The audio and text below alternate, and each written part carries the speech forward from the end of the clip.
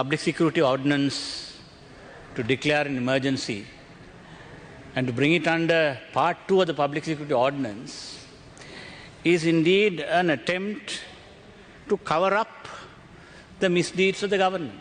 Nothing but that. Because there are available opportunities through other legislation to control the situation of shortage of essential goods in the market. If there is hoarding, hoarding can be controlled through the Consumer Affairs Authority bill. Then there are other provisions, particularly we have been demanding that the National Disaster Management Council be established to include the opposition in deliberations of this nature and to see whether it is absolutely essential for us to be resorting to such a draconian move to control the rising prices of essential goods in this country. It is nothing but an attempt to bring more and more repression, more and more authoritarian governance, and not to look at the consumer's benefit. If it is the consumer's benefit, you have brought about so many gazettes in the past. None of those gazettes were able to bring the prices down. Then you are now blaming the hoarding by the middlemen and mill owners. What is happening basically is that you are arbitrarily determining something and imposing a price against the market forces. Now, if that is to be done, you should look at other options. In the past, now why are you trying to do this? Obviously because the foreign exchange crisis that you have brought the country into. In the past, if it was such a situation, CW will be asked to import the goods.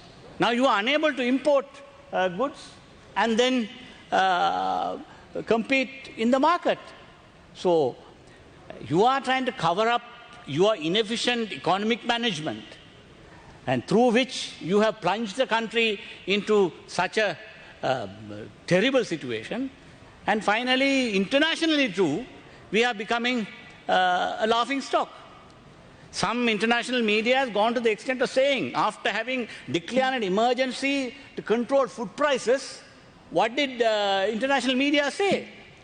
Sri Lanka is moving towards Lebanon situation, a situation where there is a serious food crisis in Lebanon. Almost 80% of the people are virtually going towards poverty, and such a situation is going to befall Sri Lanka is the assumption by the international media today.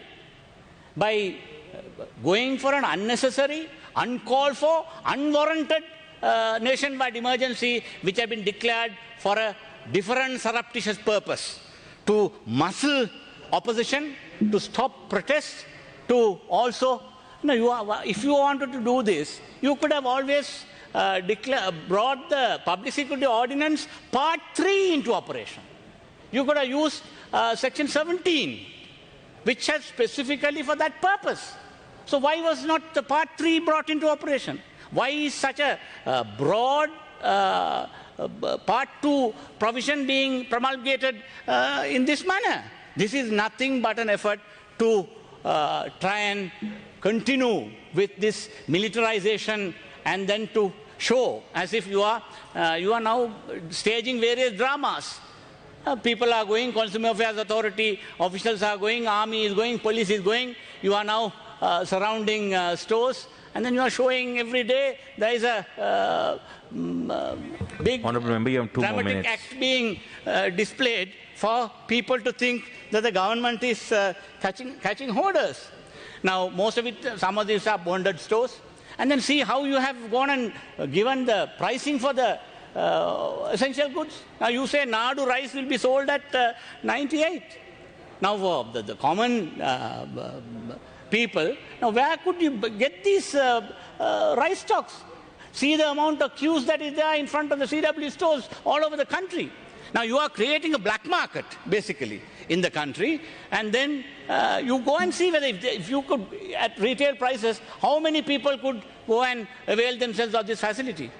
Now if once all these stocks are discovered and then given, Now, I heard some of the ministers saying that there is enough sugar stocks up to March next year. I beg to differ, Mr. Deputy Chairman of Committees. The stocks that are there is going to be depleted very soon, and you will be compelled to import sugar.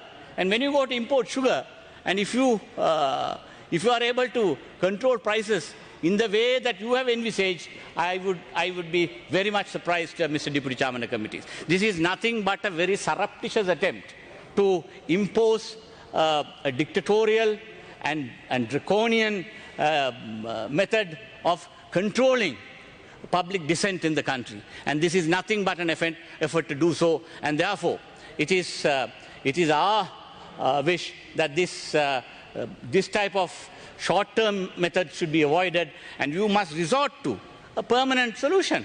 Permanent solution is to go to the lender of last resort, to seek the IMF assistance, to get out of the Honourable Member, please wind up. balance of payment crisis that you have got into. The serious situation has developed, so your monetary policies had to change. You need to stop printing money to control this problem, and then instead of taking the country further into problem by increasing inflation by printing money, you have to resort to the lender of last resort. That is nothing but to ask the IMF for the bailout. And that is the only solution to control this problem, and not to resort to such draconian methods.